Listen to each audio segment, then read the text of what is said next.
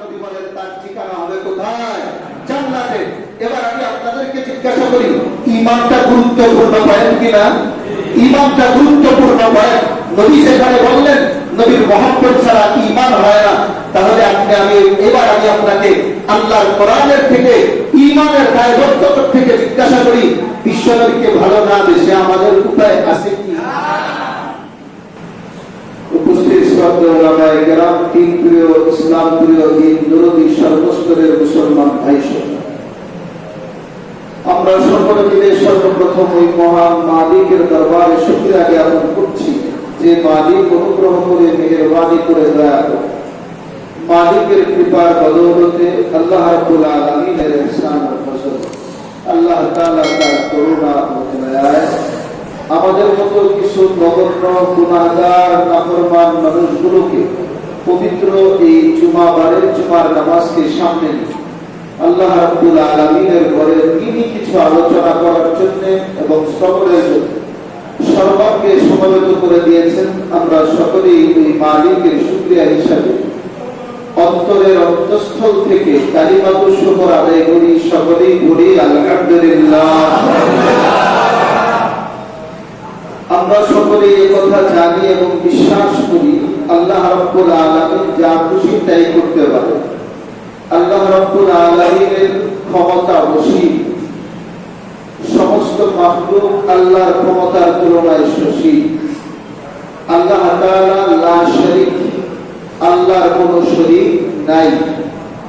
আল্লাহ রাব্বুল আলামিন অমুখাপেক্ষী, কারো মুখাপেক্ষী নয়। সমস্ত মাখলুক আল্লাহ তাআলার মুখাপেক্ষী। আল্লাহ রাব্বুল আলামিন বান্দাকে হায়াত দেন, মওত দেন, ইজ্জত দেন, সম্মান দেন। এক কথায় বান্দার জীবনের যাবতীয় যা প্রয়োজন সব যিনি দেন তিনি কে? আল্লাহ। তিনি হচ্ছেন আমাদের রব, আমাদের আল্লাহ, আমাদের মালিক। আসুন আরো একবার মন প্রাণ উজাড় করে মালিকের আরেকবার শুকরিয়া আদায় করে নেই। অন্তরের অন্তঃস্থল থেকে ভক্তি সহকারে সকলে আরেকবার করি আলহামদুলিল্লাহ। মুহতারাম উপস্থিতি, আমাদের আলোচনা করেছিলাম যে বিশ্বনবী সাল্লাল্লাহু আলাইহি ওয়াসাল্লামকে ভালোবাসি আমাদের হবে।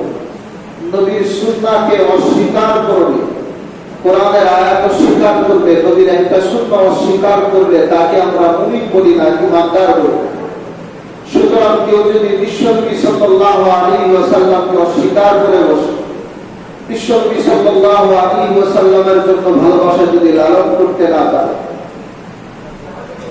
তাহলে নবীর সুন্নাহকে অস্বীকার করলে যদি ঈমানদার না হয়, সেখানে নবীকে অস্বীকার করে দিলে এই মানুষটা কোনদিন ঈমানদার হতে পারবে না।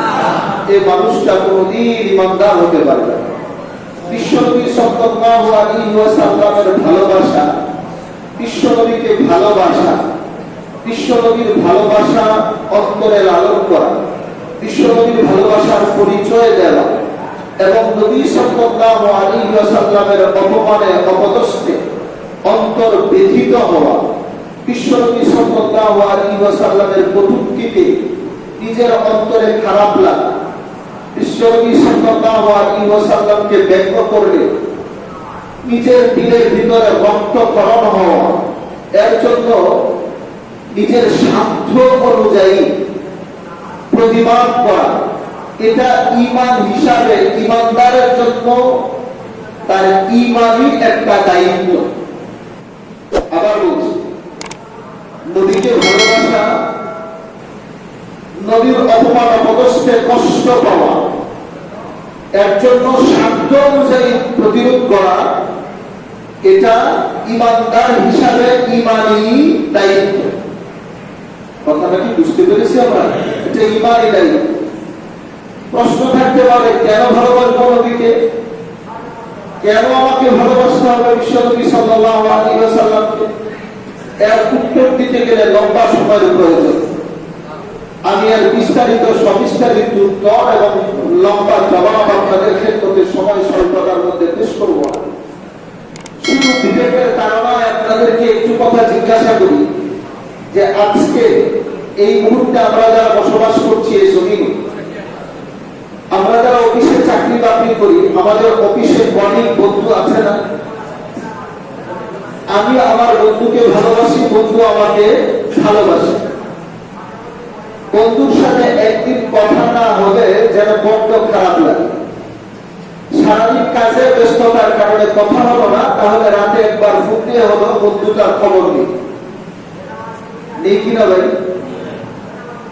এই যে বন্ধুর সাথে আমার এই রিক্ততা, একটু প্লিজ চিন্তা করে দেখেন তো এটা কোন দিন হয়েছে যে দিন আপনি তার সাথে একসাথে অফিস করছেন। কিছুদিন অফিস করার পরে আস্তে আস্তে একটা সুসম্পর্ক গড়ে উঠেছে। আসুন বাস্তব জীবনে একজন স্বামী আর স্ত্রী একজন আরেকজনকে প্রচন্ড ভালোবাসে, কিন্তু একটু চিন্তা করে দেখি যে একটা স্বামী তার স্ত্রীকে কখন ভালোবাসে? এই স্বামীটার একটা বাল্য জীবন ছিল, তার একটা স্কুল লাইফ ছিল, তার একটা কলেজ লাইফ ছিল। একটু বলেন তো এই সময়টাতে সে কি তার বিবিকে ভালোবেসেছিল? চিন্তুই না থাকে। তার বিবিরও ঠিক অনুরূপ ভাবে তার একটা বাল্যকাল ছিল, স্কুল লাইফ ছিল, কলেজ লাইফ ছিল, অর্থাৎ বিবাহ শাদীর আগে তার একটা জীবন কেটেছে। এই সময় তার অন্য বন্ধু বান্ধবরা ছিল, স্কুলের ফ্রেন্ডরা ছিল, কলেজের বন্ধু বান্ধবরা ছিল, বাল্যকালের খেলার সাথীরা তার বন্ধু ছিল। ওই সময় তার স্বামীর সাথে তার কোনো পরিচয় ছিল না। বিবাহ শাদী হওয়ার পরে এবার স্বামী স্ত্রীকে ভালোবাসে, স্ত্রী স্বামীকে ভালোবাসে। একজনের জন্য আরেকজন যেন যার প্রাণ এত বেশি ভালোবাসে। কিন্তু একটা সময় কেটেছে একজন আরেকজনকে ভালোবাসে। তাহলে আসুন মা বাবার ক্ষেত্রে, মা বাবা তো আমাকে প্রথম থেকে ভালোবাসে, কি বলেন না? আমি আপনার কাছে প্রশ্ন রাখি, আপনার বাবার কি একটা স্কুল লাইফ ছিল না? আপনার বাবার কি একটা বাল্যকাল ছিল না? আপনার বাবার কি একটা কলেজ জীবন ছিল না? আপনার বাবার কি একটা বিবাহ শাদী করে দাম্পত্য জীবন ছিল না? প্লিজ বলেন তো আপনার বাবা এই জীবনটাতে আপনার কপালে কোনদিন চুম এঁকে দিয়েছিলেন? বললেন না? বুঝেন না আমার কথা? আবার প্রশ্ন করি, আই রিপিট, আপনার বাবা একটা স্কুল জীবন ছিল, বাল্যকাল ছিল, কলেজ জীবন ছিল, বিবাহ শাদীর আগে একটা জীবন তার ছিল। একটু বলেন তো আপনার আমার বাবারা ওই সময় আমাকে আপনাকে করে তুলেছেন? আমার ব্যাপারে তার কল্পনাই ছিল না, সে আমাকে চিনতেই না। ওই সময় আমার বাবার প্রিয় মানুষ ছিল তার বাল্যকালের খেলার সাথী। ওই সময় আমার বাবার জন্য প্রিয় ছিল তার স্কুলের বন্ধু। ওই সময় আমার বাবার প্রিয় মানুষটা ছিল তার কলেজের ফ্রেন্ড, তারা ছিল তার প্রিয়, আমাকে চিনতেই না। আমি যেদিন বাবার কোলে এসেছি ওই দিন বাবার বয়স 20, 25, 30, 35। ওই সময় বাবা আমাকে কোলে পেয়ে আদর করে বলে, এটা আমার পরিজাত টুকরা। বাবা আদর করে আমার কপালে চুল রেখে দেয়। তার মানে আপনার জীবনের 35টা, আপনার বাবার জীবনের 30-35টা বছর চলে গেল, আপনাকে একটা সেকেন্ডের জন্য আপনার বাবা ভালোবাসে তাই? আপনার মা একই অবস্থা, তারও তো একটা স্কুল জীবন, বাল্যকাল, কলেজ জীবন, দাম্পত্য জীবনের আগে একটা জীবন ছিল। দাম্পত্য জীবন শুরু হওয়ার পরেও, যেদিন দাম্পত্য জীবন শুরু হলো ওই দিনই কিন্তু আপনি দুনিয়াতে আসেন নাই। ওই সময়টাতে আপনার মা কিন্তু আপনাকে আদর করে। আপনার মা কিন্তু যখন স্কুলে পড়তো কোনো কিছু হলে কান্না করতো, বলতো না যে আমার ছেলেটা দেখে, চেহারা দেখে আমি দুঃখ ভুলে যাই। কিন্তু সেই দিন আপনি দুনিয়াতে আসলেন, মায়ের করে আসলেন, মা এত কষ্ট সহ্য করলেন, এরপরে আপনার চেহারার দিকে তাকিয়ে মুচকে হাসছেন। মানুষজন জিজ্ঞাসা করে, তুমি না অত্যন্ত কষ্টে কাটাচ্ছিলে? মা জবাব দেয়, আমার সমস্ত কষ্ট আমি আমার খোকা বাবুটাকে দেখে আমি সব কষ্ট ভুলে গিয়েছি। কথা বলেন ঠিক কিনা? মা কিন্তু আজকে ভুললো কষ্ট আপনাকে দেখি, এতদিন পর্যন্ত মা আপনাকে কোনোদিন ভাবে নাই, আপনাকে আপনার মা আদর করে নাই। বলতে পারেন আমি আসিনি, আদর করবে কোত্থেকে? হ্যাঁ আপনি আসেন, আদর করবে কোত্থেকে? আপনার কোশ্চেন রাইট, আমি অ্যান্সার দিচ্ছি না।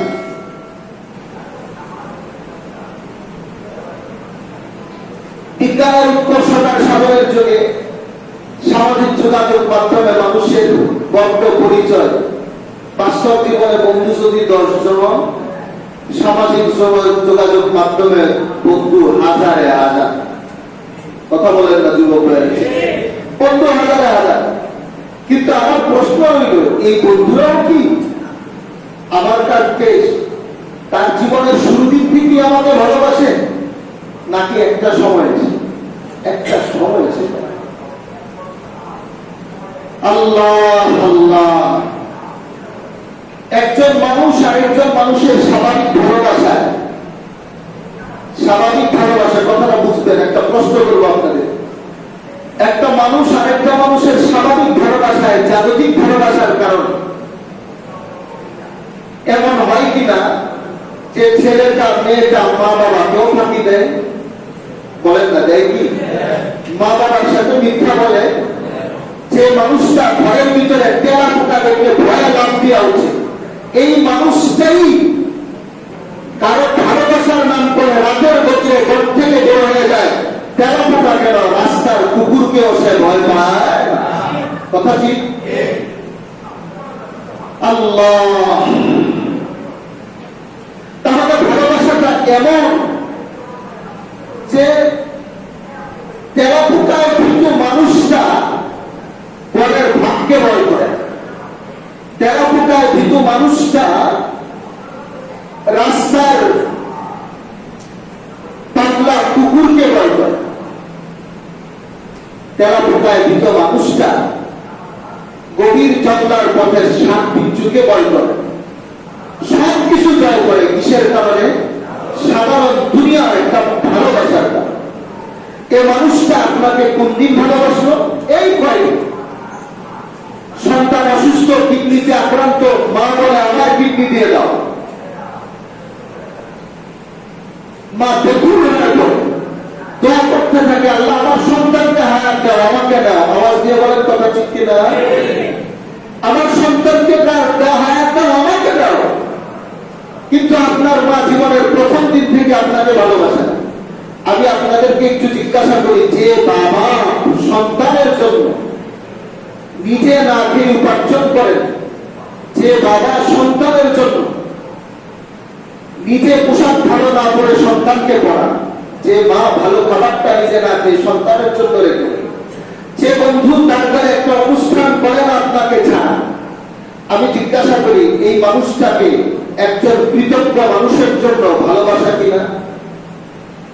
যে আপনাকে এতটা ভালোবাসে, আপনি যদি কৃতজ্ঞ হন তাহলে আপনার দায়িত্ব কি তাকে ভালোবাসা? বলেন না, ভালোবাসা নয়? অবশ্যই। যে বাবা আপনার জন্য এত করেন, মা এত করেন, যদি কৃতজ্ঞতা বোধ থাকে অবশ্যই সন্তানটাকে মা বাবাকেও ভালোবাসা চায়। যে বন্ধু তার বাড়িতে একটা অনুষ্ঠান করেন আপনাকে ছাড়া, আপনার ঘরে যখন অনুষ্ঠান করবেন আপনি বলেন তো আপনার দায়িত্ব কিনা বন্ধুটাকেও দাওয়াত দেই? তাহলে আসুন আমি আপনাকে আপনার এমন একজন বন্ধুর সন্ধান দিতে চাই, যেদিন আপনি দুনিয়াতে আসেন, দুনিয়ার আলো বাতাস দেখেননি আপনি তখনও আপনার আব্বাকে আব্বা বলে ডাকেননি, আপনি এখনো ফেসবুকে লাইক দেওয়া শেয়ার দেওয়া শিখেননি, আপনি যখন অতি ছোট্ট কথাটা ভালো করে বলতে পারছেন না, পানিকে পানি বলেন না, আপনি মাম বলেন, আপনি যখন হাঁটতে পারেন না, দাঁড়াতে গেলে আপনি পড়ে যান, আপনার ওই দিনগুলিতেও আপনাকে একজন ভালোবাসত, আপনি যখন দুনিয়াতে আসেন নাই তখনও আপনার জন্য দোয়া করত, তখন আপনার জন্য চোখের পানি দিয়ে কাঁদত একটা মানুষ, আপনার জন্য একজন মানুষ কেঁদেছিল এমন ভাবে। আরাফার মাঠে প্রচন্ড রোদের ভিতরে প্রচন্ড রোদ, এই প্রচন্ড রোদ আর গরমের ভিতরে একটা মানুষ মালিকের কাছে এভাবে হাত তুলেছিল, মালিক বলে ফরিয়াদ করছিল। তার জীবনে কোনো গুনাহ ছিল না, তার জীবনে অপরাধ ছিল না, তার জীবনে কোনো অন্যায় নাই, সে জীবনে কোনো পাপ করে নাই,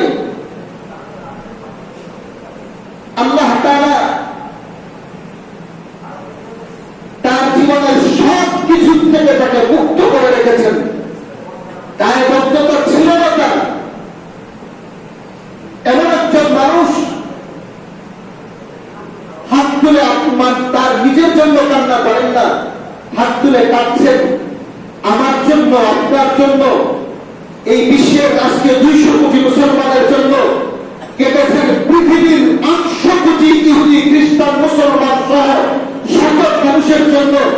কাঁদতে কাঁদতে কাঁদতে কাঁদতে লোকটা এমন ভাবে হাত উঠিয়েছিল, হাদিসের কিতাবের মধ্যে এসেছে তার পুকুরের শুভ্রতা বের হয়ে গিয়েছিল।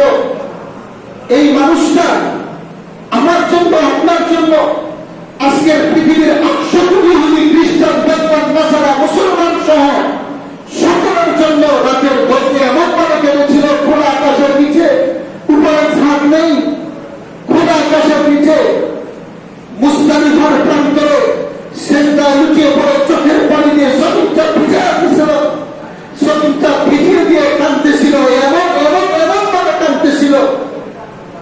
কাঁদতে কাঁদতে তার ফরিয়াদ ছিল কেমন পর্যন্ত সে মানুষগুলো আসবে, মালিক তাদেরকে মাফ করে দিও তুমি, কেমন পর্যন্ত সে মানুষগুলো আসবে, তাদের হাতের কারণে শরীরে তাদেরকে পাকড়া করো তুমি, মালিককে কেটে কেটে বলেছিল কেমন পর্যন্ত সে মানুষগুলো দুনিয়াতে আসবে, তাদের অস্থিরতার ব্যাহত করার কারণে মোহাম্মদ দিয়া তাদেরকে একবার ধ্বংস করে দিও না তুমি।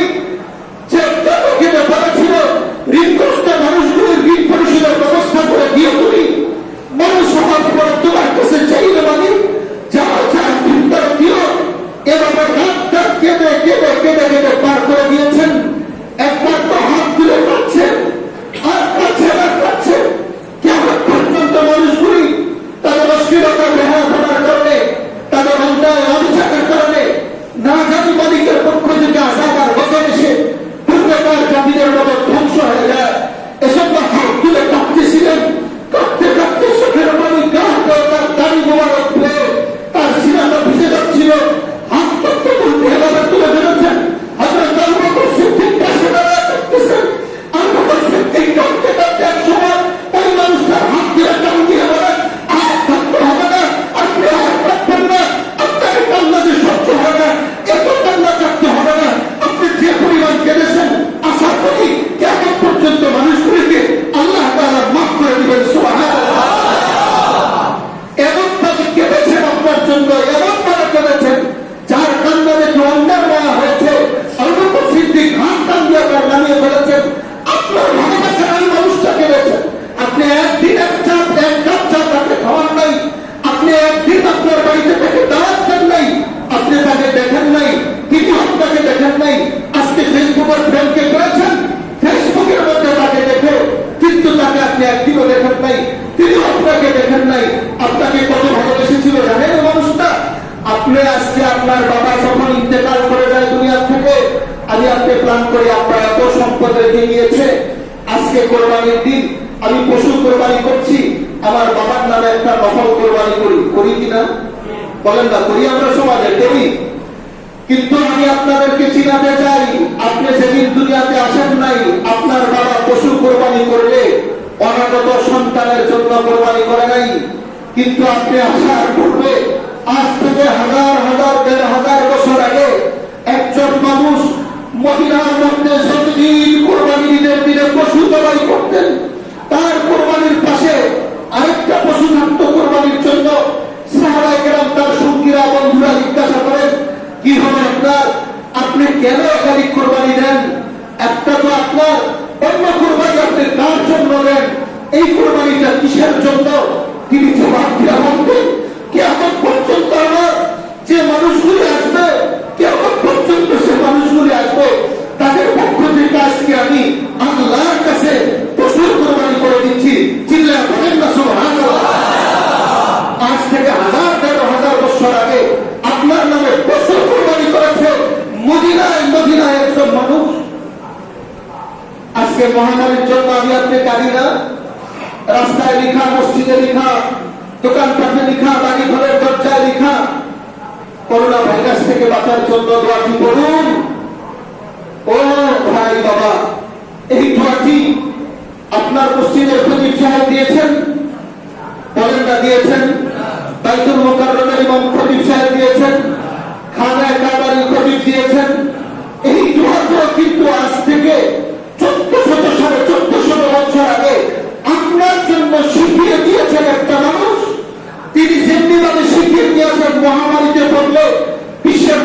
করেই দোয়া করবে, অনুরূপভাবে মালিককে বলেছেন, মালিক এই মানুষগুলি তো পাপ করবে, অন্যায় করবে, অপরাধ করবে, হাজার হাজার অপরাধে জর্জরিত থাকবে, মালিকরে তুমি রাগ করে এই মানুষগুলিকে একবারে আযাব দিয়ে একেবারে সমূলে ধ্বংস করে দিও না। আল্লাহ রাব্বুল আলামিন ওই মানুষটাকে 1400 বছর আগে কবুল করেছিলেন, এই জন্য আল্লাহ ওই সময় দোয়া কবুল করেছিলেন। এর কারণেই আজকে এত মহামারী হওয়া সত্ত্বেও, করোনা ভাইরাসের মতো, কোভিড-19 মতো এত শক্তিশালী ভাইরাস এই পৃথিবীতে থাকার পরেও এই সোনার বাংলাদেশের মানুষগুলো আজকে ফাঁকা হয়ে বসতে হয় না, কাছাকাছি চলছে তারা। এত ঘনবসতি বাংলাদেশে হওয়ার পরেও যেখানে কোয়ারেন্টাইন করার মতো সুযোগ সুবিধা যথেষ্ট পরিমাণ এদেশের প্রত্যেকটা নাগরিকের জন্য নাই, এমন দেশের ভিতরে আজকে একসাথে কাটাকাটি করে থাকার পরেও এদেশটার অন্য দেশের চাইতে করোনা কোভিড-19 বেশি না কম?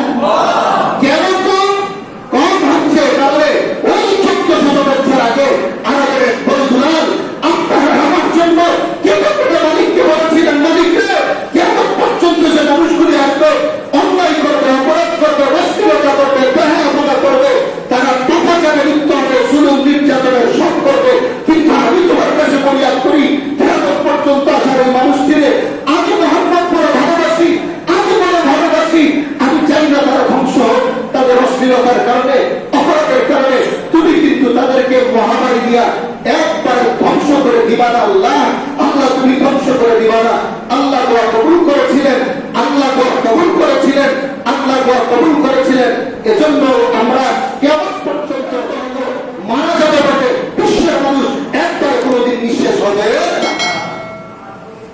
একটু প্লিজ বলেন, আজকে আমরা করোনা নোবেল করোনার কোভিড-19 এই কঠিন প্রাদুর্ভাবের সময় আমরা ভালোভাবে জীবনযাপন করে যাচ্ছি, এটা আমার আপনার ক্রেডিট? বলেন আমার আপনার ক্রেডিট? এটা কার ক্রেডিট? আল্লাহ রাব্বুল আলামিন আমাকে আপনাকে এই দয়াটা করেছেন কার দোয়ার বরকতে? আরবের ওই যে বন্ধুরা যাকে আমি আপনাকে চিনাচ্ছি, আপনাকে এত বেশি ভালোবেসেছেন ওই মানুষটা, তার দোয়াটা আল্লাহ কবুল করে আজও আমাকে আপনাকে হিফাজতে রেখেছেন। ওনার নাম ইতিমধ্যে আপনারা হয়তো বুঝে গিয়েছেন। আমি আমার মুখে উচ্চারণ করার আগে আপনাদের কাছে একটা প্রশ্ন রাখি, প্লিজ একটু জবাব দিবেন। যে মানুষটা আপনাকে এত ভালোবাসলো, যে মানুষটা আপনাকে না দেখে আপনার জন্য পশু কোরবানি করলো, যে মানুষটা আপনাকে না দেখে কাঠের গভীর অন্ধকারে সেজদা দিয়ে চোখের পানি দিয়ে মাটিটা ভিজালো, যে মানুষটা আপনার জন্য হাত উঠে কাঁদতে কাঁদতে বুকের শুভ্রতা বের করে ফেললো, যে মানুষটা প্রচন্ড রোগের ভিতরেও দীর্ঘ সময় আরাফার মাঠে অবস্থান করে আমার আর আপনার জন্য কেঁদেছিল, আপনি একটু বলেন তো, এই মানুষটাকে ভালো যদি কেউ নাই বাসে, এই মানুষটাকে যদি কেউ ভালো না বাসে, এই মানুষটার ভালোবাসার পরিচয় যদি কেউ না দেয়, ইসলামের কথা বাদ দিলাম, কোরআনের কথা বাদ দিলাম, আপনার কাছে একটা কমন সেন্স আছে, আমাদের সেন্স একটা জ্ঞান আছে, আমি বলবো কমন সেন্স দিয়া শুধু সেন্স হওয়া না, সেন্সলেস হওয়া, কমন সেন্স দিয়া বিবেচনা করে একটু বলেন তো দেখি, যে মানুষটা আমার জন্য এত কিছু করলো, এই মানুষটাকে ভালোবাসা দরকার কি দরকার না? এই মানুষটাকে কেউ যদি ভালো না বাসে, আমি তো মনে করি সে কৃতজ্ঞ মানুষ হতে পারে। কবি শেখ সাদি বলেছেন, দেলাদার ওয়াফাদার সে সাবেক কদম, দেলাদার ওয়াফাদার সে সাবেক কদম কে বেসিক কে রায় জেন্না বাশদ দরম। কবি শেখ সাদি একটু সুন্দর কবিতা আবৃত্তি করেছেন। এই মানুষ জেনে রাখো, যে মানুষটার মধ্যে কৃতজ্ঞতা আছে সে কেমন, আর যার নাই সে কেমন। এর উদাহরণ দিয়ে যে দিতে যে বললেন, যেমন একটা মুদ্রা, কথার কথা একটা 5 টাকার নোট, ছিঁড়া, কাগজটা পুরাতন, এর মধ্যে গভর্নরের সিগনেচার স্বাক্ষর দেওয়া রয়েছে। কথাটা বুঝতেছেন? 5 টাকার একটা নোট, ছিঁড়া, কাগজটা নরম, কিন্তু তার মধ্যে গভর্নরের স্বাক্ষর রয়েছে। আরেকটা 1000 টাকার নোট, কাগজটা অত্যন্ত মসৃণ, মজবুত, খুব ভালো, কিন্তু তার মধ্যে গভর্নরের স্বাক্ষর নাই। আপনি একটু বলেন তো 5 টাকা দিয়ে দোকান থেকে যে সদাই পাওয়া যাবে 1000 টাকার ওই নোটটা দিয়ে কি সেই সদাই পাওয়া যাবে? যাবে। কেন যাবে না? কোন দোকানদারকে দিলে এই টাকাটা নিবে সে না বাতিল করে দিবে? শুধু বাতিল করবে না, যদি দেশপ্রেমী হয়, দেশকে যদি ভালোবাসে, দেশের প্রতি যদি তার মায়া থাকে, স্বাধীন এ ভূখণ্ডটার প্রতি তার পরিচয় যদি মায়া থাকে, স্বাধীন এ ভূখণ্ডটাকে কেউ যদি আসলেই ভালোবেসে থাকে, সোনার বাংলার পতাকাকে কেউ যদি ভালোবেসে থাকে, তাহলে সে করবেটা কি?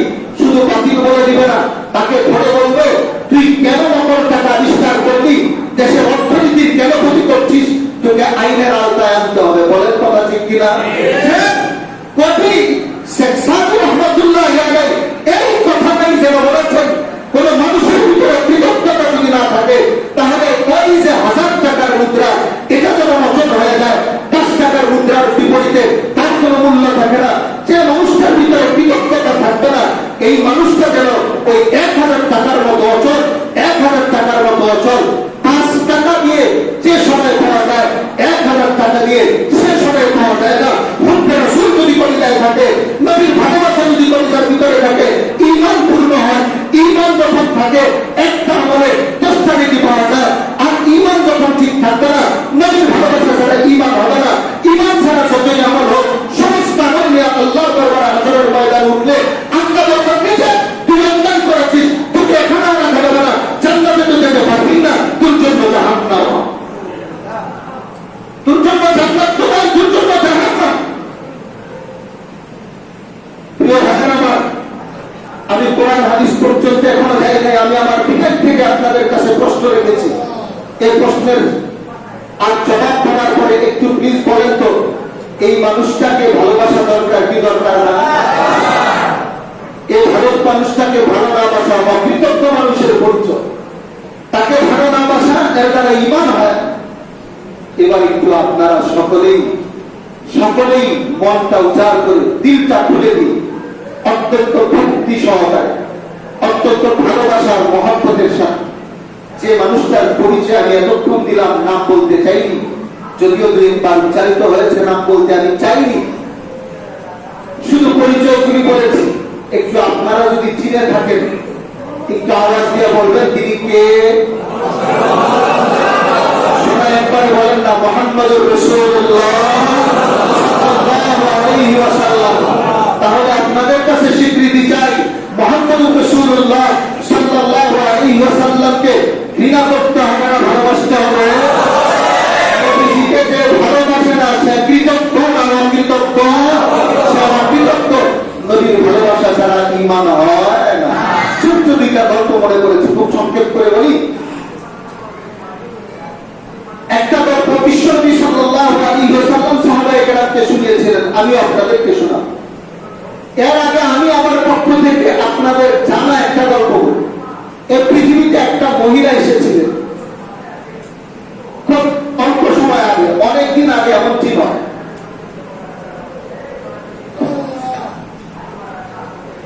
যে মানুষটা তার সারাটা জীবন মানবের কল্যাণের জন্য ব্যয় করেছে, জীবনে বিবাহ শাদী করে নাই, অর্থগুলি সব মানব কল্যাণে ব্যয় করে করে করে করে জীবনটাকে সে পাড়ি দিয়ে, অর্থাৎ তার জীবনের ফুল টাইম মানব সেবা করেছে। এই মানুষটাকে পৃথিবীর মানুষ তার নামের আগে মাদার উপাধি দিয়েছে। তার নামের আগে পৃথিবীর মানুষ কি উপাধি দিয়েছেন? মাদার, মা। কেন? কারণ সে মানুষের কল্যাণ করে, জীবনে কোনোদিন কোন মানুষের ক্ষতি করে, কোন ক্ষতি করে না। প্লিজ বলেন তো, এই যে ক্ষতি করলো না, খালি উপকার, মানুষের কল্যাণে নিহিত রইল তার জীবনটা, সে বন্ধ করলো না ভালো করলো? ভালো কাজ, অনেক ভালো কাজ করেছে, জীবনে কোনো মন্দ নাই। তা কেউ দেখাতে পারবে না সে কাউকে মেরেছে, কার জমি জবরদখল করেছে, মানুষের শুধু উপকার আর উপকারই করেছে জীবনটা ভর। যারা তাকে চিনেছেন, একটু বলেন তো, আপনি কি তার নামের সাথে, যখন আমরা হযরত ফেরাউনের স্ত্রী আসিয়ার নাম শুনি, বলি হযরত আসিয়া আলাইহিস সালাম, ঈসা আলাইহিস সালামের মায়ের কথা শুনি, আমরা বলি হযরত মারিয়াম আলাইহিস সালাম, তারা মহিয়সী নারী। এই মানুষটা পৃথিবীর মহিয়সী নারী, পৃথিবীর মানুষ মাদার উপাধি দিলেন। আপনারা আপনারা কেউ আছেন কি তার নামের সাথে সাথে মরিয়ম আলাইহিস সালাম, আসিয়া আলাইহিস সালাম তাদের মতো মহিয়সী বলে তাদের জন্য যে উপাধি, এই উপাধিটা দেওয়ার মতো কেউ আছেন? কেন? মাশাআল্লাহ, ঈমান নাই, আলহামদুলিল্লাহ, তার ঈমান নাই। আরেকটা তাহলে হলো কি, এই মানুষটা অন টাইম মানব সেবা করলো, অন টাইম মানব সেবা করলো, ওয়ান টাইম মানুষের কোনো অকল্যাণ করে নাই, তারপরেও আপনি তাকে আসিয়ার মতো ফেরাউনের বিবির যে উপাধি, এই উপাধিটা দিতেও আপনি রাজি হচ্ছেন। অপরদিকে আরেকটা মহিলার কথা শোনায়, যার কথা আমার নবী বলেছে, বুখারী শরীফ হাদিসের প্রায় কিতাবে রয়েছে। সরকার যে আলম নবী সাহাবায়ে কেরামকে শোনাচ্ছেন দুইটা মহিলার ঘটনা, আমি একটার কথাই বলছি। নবী বলেন, সাহাবীরা, একটা পাপিষ্ঠ মহিলা অনেক অন্যায় অপরাধে জর্জরিত, অপকর্ম করে বেড়ায় সমাজে। একদিন অপকর্ম করে রাস্তা দিয়ে যাচ্ছেন, একটা কুকুর পিপাসায় কাতর হয়ে রোদের তীব্রতার কারণে তার চিৎকারটা বের করে দিয়েছে। চিৎকারটা বের করে দিয়ে রোদের কারণে গরমের তীব্রতায় সে হা হা করছে পিপাসার জন্য। ওই মহিলাটার মায়া লেগে সে সেখানে অপেক্ষা করে যেভাবেই হোক কূপ থেকে পানি উত্তোলন করে কুকুরটাকে পানি পান করা। নবী সাল্লাল্লাহু আলাইহি ওয়াসাল্লাম বলেন, সাহাবায়ে কেরাম, জানো এই মহিলাটা সব সময় অন্যায় অপরাধ করলো, গুনাহ করলো, পাপ করলো, কিন্তু ওয়ান টাইম সে এক ভালো কাজ করলো। কোন মানবের সেবা করে নাই, মাত্র একটা কুকুরের সেবা করেছে। নবীজি আবার বলেন, এই মহিলাটার জন্য আল্লাহ জান্নাত ওয়াজিব করে দিয়েছেন। ওয়ান টাইম অন্যায় অপরাধ করার পরে, ওয়ান টাইম কুকুরের সেবা করার পরে আল্লাহ রাসূল বলেন, বুখারীর বর্ণনা, এই মহিলাটার জন্য জান্নাত ওয়াজিব। কারণ তার মধ্যে কি ছিল? ঈমান ছিল, তার মধ্যে ছিল ঈমান। আর ওয়ান টাইম মানব সেবা করলো, ওয়ান টাইম অন্যায় করে নাই, তার মধ্যে কি ছিল না? ঈমান ছিল না। সুতরাং তাকে জান্নাতি বলা হয় না। আর ওয়ান টাইম কুকুরের সেবা করলো আর ওয়ান টাইম অন্যায় করার পরও ঈমানের বদৌলতে আল্লাহর নবী বলেন তার ঠিকানা হবে কোথায়? জান্নাতে। এবার আমি আপনাদেরকে জিজ্ঞাসা করি, ঈমানটা গুরুত্বপূর্ণ পয়েন্ট কিনা? ঈমানটা গুরুত্বপূর্ণ পয়েন্ট। নবী সেখানে বললেন নবীর মহব্বত ছাড়া ঈমান হয় না। তাহলে এবার আমি আপনাকে আল্লাহর কোরআনের থেকে, ঈমানের দায়বদ্ধতা থেকে জিজ্ঞাসা করি, বিশ্বনবীকে ভালো না বেশে আমাদের উপায় আছে কি? কারণ নবীর ভালোবাসা ছাড়া তো ঈমানই হবে, নবীর ভালোবাসা ছাড়া ঈমান হবেই। সামনের কথা যাবার আগে আপনাদের কাছে একটু প্রতিশ্রুতি চাই। বিশ্বনবী সাল্লাল্লাহু আলাইহি ওয়াসাল্লাম নিজের জান, মাল, সন্তান, বিবি, বাল বাচ্চা, সময়, সম্পদ, ক্ষমতা, অর্থ সবকিছুর চাইতে বেশি ভালোবাসতে হবে। এই কথাটা বুঝে শুনেছে, হ্যাঁ হ্যাঁ হ্যাঁ, আজকের থেকে আমি বিশ্বনবীকে সবচেয়ে বেশি ভালোবাসবো। এই ওয়াদাটা যেমন ভাবে দিবেন, দেওয়ার পরে সবচেয়ে বেশি ভালোবাসলে তার জন্য যা করা লাগে তাই করবেন, এমন একটা প্রস্তুতি নিয়ে আপনারা একটা স্বীকৃতি, একটা প্রতিশ্রুতি দিতে পারেন কি যে ইনশাআল্লাহ ইনশাআল্লাহ ইনশাআল্লাহ আল্লাহ যতদিন হায়াতে রাখেন, আল্লাহ যতদিন হায়াতে রাখেন, আমার জীবনের সবকিছুর চাইতে বিশ্বনবী সাল্লাল্লাহু আলাইহি ওয়াসাল্লামকে আমার ঈমানের পরিচয় দেওয়ার জন্য, আমি যে একটা কৃতজ্ঞ মানুষের পরিচয় দেওয়ার জন্য বিশ্বনবী সাল্লাল্লাহু আলাইহি ওয়াসাল্লামকে সবচেয়ে বেশি ভালোবাসবো। কারা কারা রাজি আছেন একটু হাত তুলে? আল্লাহ তুমি কবুল করো, জোরে বলেন না আমিন। আল্লাহর নবীর ভালোবাসা বললেই হবে না, পরিচয় দেওয়া লাগবে। ছোট্ট একটা গল্প মনে পড়ে গেল। আল্লাহর নবীর এক সাহাবী, তার ছোট্ট সাহাবী বাবার সাথে নবীর কাছে আসে। এই সাহাবীটা বাবার সাথে নবীর কাছে যাওয়া আসা করে। আজকে তো আমরা ছোট্ট বাচ্চাদেরকে নিতে চাই না মসজিদে, ছোট্ট বাচ্চাকে ইমাম সাহেবের কাছে, মুফতি সাহেবের, আলেমের কাছে নিতে চাই না। অথচ এটা নেওয়া সাহাবায়ে কেরামের একটা অভ্যাস ছিল। ছোট বাচ্চাদেরকে নবীর কাছে নিয়ে যেতেন।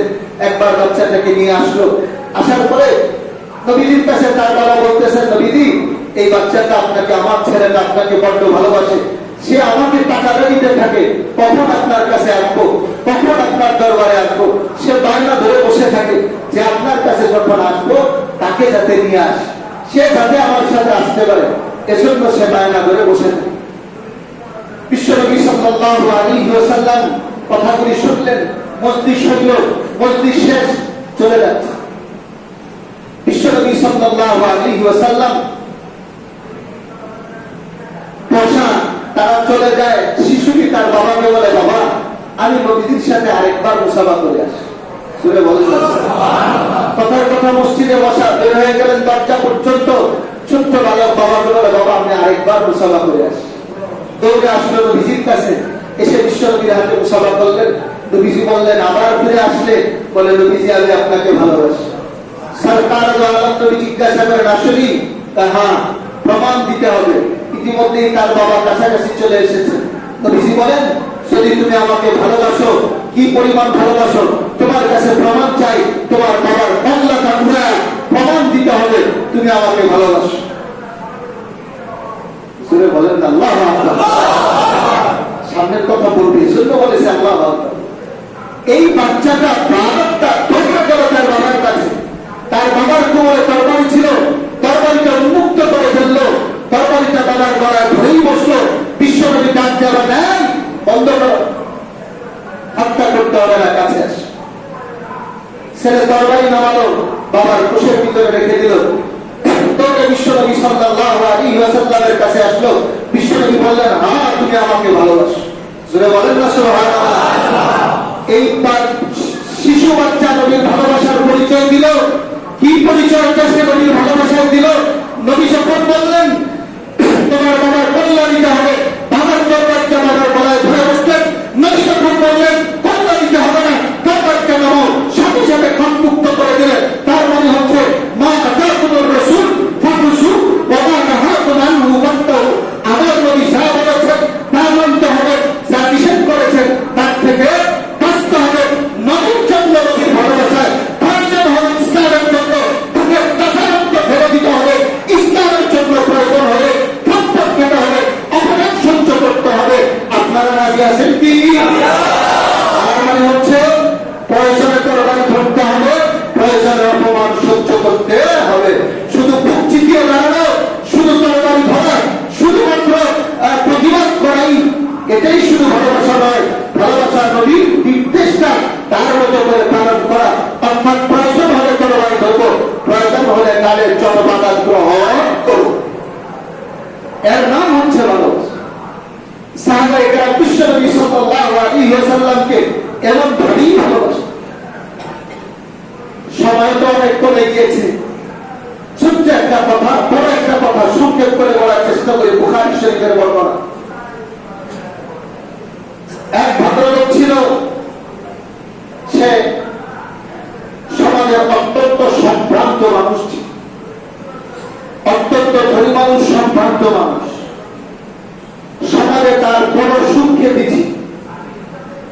এই মানুষটা বিশ্বনবী সাল্লাল্লাহু আলাইহি ওয়াসাল্লামকে গালিগালাজ করত, কুৎসারো করা। নবীজি সাল্লাল্লাহু আলাইহি ওয়াসাল্লাম সম্পর্কে মন্দ কথা বলত। নবীজির কাছে মানুষ এসে বলতো, নবীজি শুনে কষ্ট পেত। একদিন আমার নবী সাল্লাল্লাহু আলাইহি ওয়াসাল্লাম সাহাবায়ে কেরামকে ডেকে বললেন, ও সাহাবীরা, ক্বালা রাসূলুল্লাহ সাল্লাল্লাহু আলাইহি ওয়াসাল্লাম মান লিকাব ইবনে আশরাফ। নবীজি আমার ডাক দিয়ে বলেন, এই সাহাবীরা, কাব ইবনে আশরাফ এত কষ্ট দেয়, এত কুৎসারচনা করে, আমাকে এত গালমন্দ করে, তোমরা কি কেউ আছো তার ব্যাপারে ফয়সালা করা? নবীকে ফয়সালা নবী বলেছেন, তোমরা কি তার ব্যাপারে কেউ আছো তৈরি? এই কথা বলার সাথে সাথে আল্লাহ রাসূল সাল্লাল্লাহু আলাইহি ওয়াসাল্লামের এক সাহাবী ফাকামা মুহাম্মদ ইবনে মাসলামা ফাকালা ইয়া রাসূলুল্লাহ আতুহিব্বুনা আতুলাহু। সাহাবীটা দাঁড়ায় গেলেন, মুহাম্মদ ইবনে মাসলামা ডাক দিয়া বলেন, মজলিসের মধ্যে সম্মানজনক উপস্থিতিতে আল্লাহ রাসূল সে আপনাকে গালি দেয়, ব্যঙ্গ করে, আপনি কি পছন্দ করেন সাহাবীটাকে হত্যা করে ফেলবো? আল্লাহু আকবার। قال رسول الله صلى الله عليه وسلم, নবী সাল্লাল্লাহু আলাইহি ওয়াসাল্লাম বলেন, নাম, হ্যাঁ আমি চাই। জোরে বলেন আল্লাহু আকবার। নবী বললেন, নাম, হ্যাঁ আমি চাই।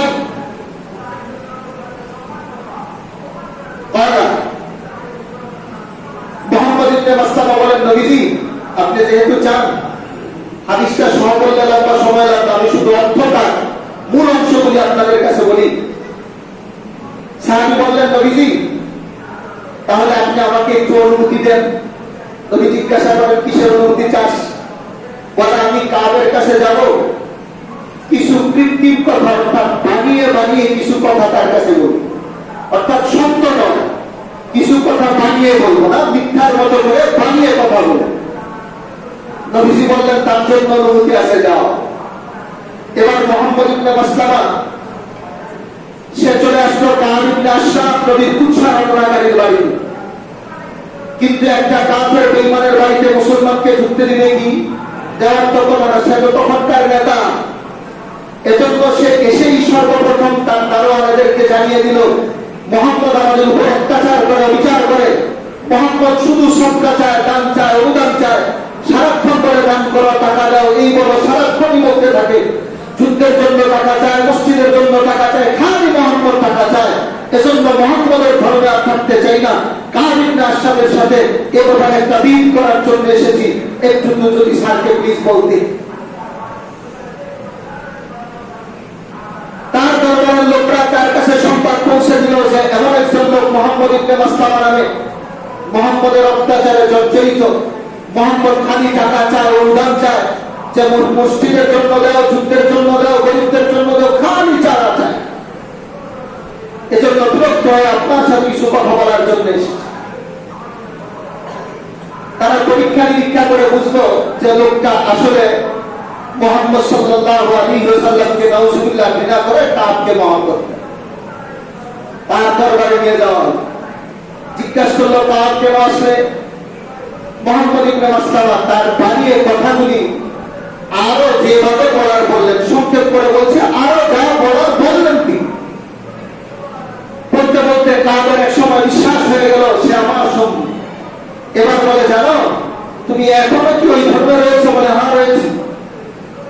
তুমি এখনই ধর্ম ছাড়লে না, মুহাম্মদকে ত্যাগ করলে না? মুহাম্মদ থেকে প্রতিশোধ নেওয়ার ব্যবস্থা করো। কারণ মুহাম্মদ যদি এভাবে টিকে থাকে, আজ এ পর্যন্ত যত নির্যাতন করেছে তার চেয়ে আরো বেশি নির্যাতন করবে। এখন তো কম চাঁদা চায়, সামনে তোমাদের সমুদ্র সম্পদ চেয়ে বলবে দান করে দেওয়ার জন্য। সুতরাং আগের থেকেই কেটে করো, তার ব্যাপারে একটা বিহিত করো। সে জবাব দিয়ে বলে, স্যার এটা কি আমার পক্ষে সম্ভব? এটা তো আপনার মতো নেতার পক্ষে সম্ভব। আপনি যদি আমাকে সম্ভব দেন তাহলে হয়তো লোকে দেখতে পারি। কথা কি বুঝতেছেন আপনারা? কাব ইবনে আশরাফ বলে, হ্যাঁ রেডি, কোনো অসুবিধা নেই, সঙ্গ দিব তোমাকে। কি সঙ্গ চাও? বলে, এখন সে তো আমাদের কাছ থেকে দান আর অনুদান নিতে নিতে শূন্য করে ফেলেছে। আপাতত কিছু ঋণ দেন, আপনার কাছে ঋণটা নেই, কিছুদিন পর্যন্ত থাকি, এখনই তো চলে আসতে পারছি না।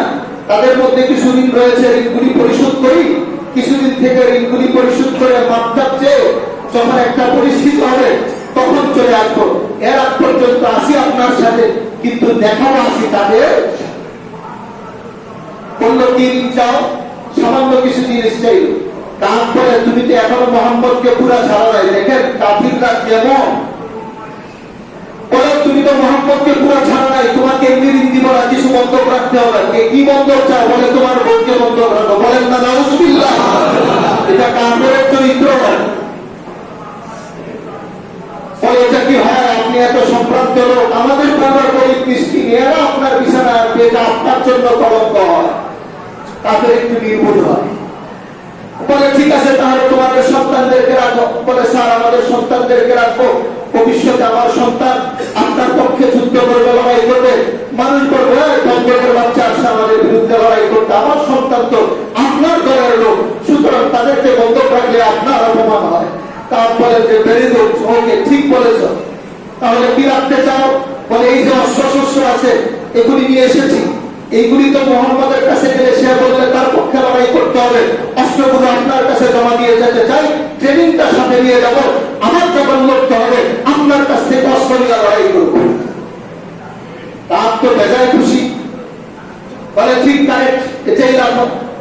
অস্ত্র রেখে তারপরে ঋণ নিয়ে সেখান থেকে চলে আসলো। এসে বিশ্বনবী সাল্লাল্লাহু আলাইহি ওয়াসাল্লামকে শোনালো, দিদি এই পর্যন্ত করে এসেছি।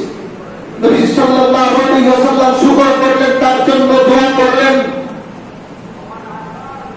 মুহাম্মদ ইবনে মাসলামা এরপরে সুযোগ কি আরো দুইজন সঙ্গীকে সাথে নিলেন। দুইজন সঙ্গীকে সাথে নিয়ে রাতের বেলায় রওনা হয়েছে বিশ্ব নবীর কাছ থেকে দোয়া চেয়ে। নবীর দুশমন নবীকে গালি দেয়, নবীর ব্যঙ্গ করে তাকে দুনিয়া থেকে চিরতরে শেষ করবেন, এজন্য নবীর থেকে দোয়া নিয়ে রওনা হইলেন। কাব ইবনে আশরাফের বাড়ির পাশে যে গভীর অন্ধকারের মধ্যে ডাক দিয়ে বসলে, ইয়া কাব। যাওয়ার সময় দুইজন সঙ্গী সহ আরো সাথে নিয়ে গিয়েছিলেন তার দুগ্ধজাত ভাই হযরত আবু নায়লা। তার দুধ ভাই আবু নায়লা, অর্থাৎ কাব ইবনে আশরাফের দুধ ভাই আবু নায়লা। আবু নায়লাকে সঙ্গে নিয়ে আরো দুইজন মুসলমান সাহাবীকে সাথে নিয়ে তার বাড়ির পাশে যেয়ে ডাক দিলেন। ডাক দেওয়ার পরে কাব ইবনে আশরাফ খুব আনন্দে মত্ত ছিলেন, মনের আসরে ছিলেন। ডাক শুনে সেখান থেকে বেরিয়ে আসছেন। তার সাথে থাকা নর্তকীরা বলছিল যে তুমি কোথায় যাচ্ছ? তোমাকে যারা ডাক দিয়েছে গলার আওয়াজের মধ্যে আমরা রক্তের ঘ্রাণ পাচ্ছি। কাব তো জানে না এটা তো আমার দুধ ভাই। এখানে তো মোহাম্মদ ইবনে মাসলামা, সে তো মোহাম্মদের সঙ্গ ছেড়ে দিয়েছে, মোহাম্মদের দল ত্যাগ করে আমার দল গ্রহণ করেছে, তার অস্ত্র আমার কাছে জমা দিয়েছে, সে আমার পক্ষে আজ থেকে লড়াই করবে, তার সন্তানরা সহ সদর করে আমার দলে যোগ দিয়েছে। এমন কি হতে পারে না? আর আমি কি ভয় পাই? আমাকে হত্যা করবে এমন কে রয়েছে? আমার মতো বাহাদুরকে আরো গভীর রজনীতে আরো কয়েকশো লোক ডাক দিলে বাহাদুরের জন্য তো যাওয়া যায়। কাফেররা একটু অহংকারী বেশি হয়। সেখানে আসলো। এদিকে মোহাম্মদ ইবনে মাসলামা তার সঙ্গীদেরকে শিখাই দিল, দেখো যখন সে আমার কাছে আসবে আমি কৌশলে তার মাথার চুলের গ্রাম নিব, তোমাদের চুলেরও গ্রাম নিব। একটা পর্যায়ে আমি আমার কৌশল অনুযায়ী তার মাথাটাকে ভালো করে ধরবো, ধরার সাথে সাথে দুইজন তরবারি লাগাতে তার কল্লাটাকে দ্বিখণ্ডিত করে দিব। যেই কথা সেই কাজ। কাব আসার পরে বলা, সুদারুণ গ্রাম পাচ্ছি, আরবে এত সুন্দর গ্রাম আর কোনদিন পাই। কাব ভাই তুমি আশরাফ বলে জানো, আমার কাছে যেমনি ভাবে আরবের দামি সুগন্ধি রয়েছে, অনুরূপ ভাবে আরবের সবচেয়ে সুগন্ধি ব্যবহার করে সুন্দর প্রবণরা যারা, তারাও এখন আমার বিছানায় রয়েছে। অহংকারী কাফেররা পাপ প্রকাশ করা গর্ব মনে করে। অহংকারী কাফের বেঈমানরা নির্বোধরা পাপ প্রকাশ করা কি মনে করে? গর্ব মনে করে। এজন্য সে তার পাপ প্রকাশ করে দিচ্ছে। মোহাম্মদ ইবনে মাসলামা বলেন, স্যার কথা তো পরে হবে, এই সুগ্রাম নাকে যতক্ষণ না নিব কথা তো আর আসবে না। ঠিক আছে, আসো গ্রাম নাও। একবারে কাদের কাছে চলে গেলে মাথাটা ধরে তার চুল থেকে তার সুগন্ধি নিয়ে, এরপরে তার সাথে যারা ছিল সকলেরই সুগন্ধি গ্রহণ করে এবার বসলেন কথা বলার জন্য। বলে, স্যার কথা তো বলবো, আমারও মন যাচ্ছে এই চুলের গ্রামটা।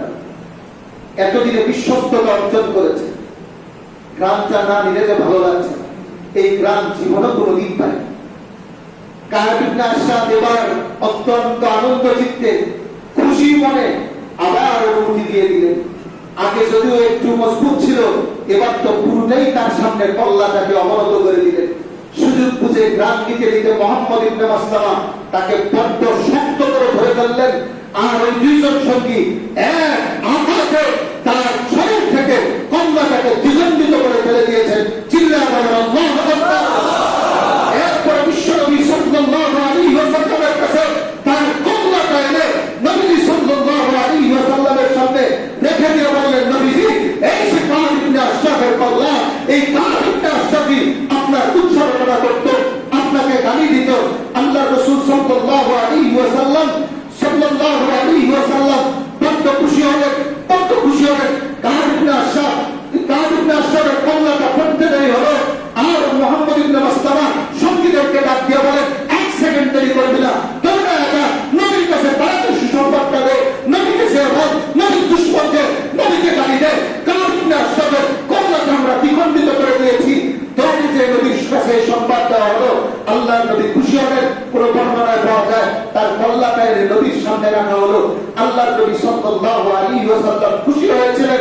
এই হাদিস থেকে বুখারীর বর্ণনা আপনার আপনারা একটু প্লিজ বলেন তো, নবীর দুশমন, নবীকে যারা গালি দেয়, নবীর যারা গুচ্ছ রচনা করে, তাদের বিরুদ্ধে যদি কোন দেশে এমন আইন হয়, সর্বোচ্চ শাস্তির আইন হয়, মৃত্যুদণ্ডের আইন হয়, আপনারা বলেন তো ওই দেশ ও জাতির প্রতি, ওই মন্তব্যের প্রতি আল্লাহ রসুল খুশি হবেন কিনা?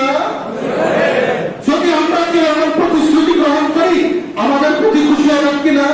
অবশ্যই খুশি হবেন। এজন্য এমন একটা প্রতিজ্ঞা নিতে রাজি আছি তো ইনশাআল্লাহ।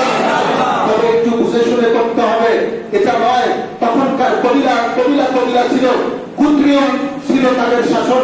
এখন যেহেতু ভূখণ্ড আলাদা হয়েছে, এখন ভূখণ্ড আলাদা, সরকার রয়েছে, বিচার ব্যবস্থা রয়েছে, এজন্য মনে মনে ঘৃণা করব, তার বিরুদ্ধে শান্ত অনুযায়ী মুখে প্রতিবাদ করব, তার বিরুদ্ধে কলমে প্রতিবাদ করব, আইনটা হাতে তুলে নেব।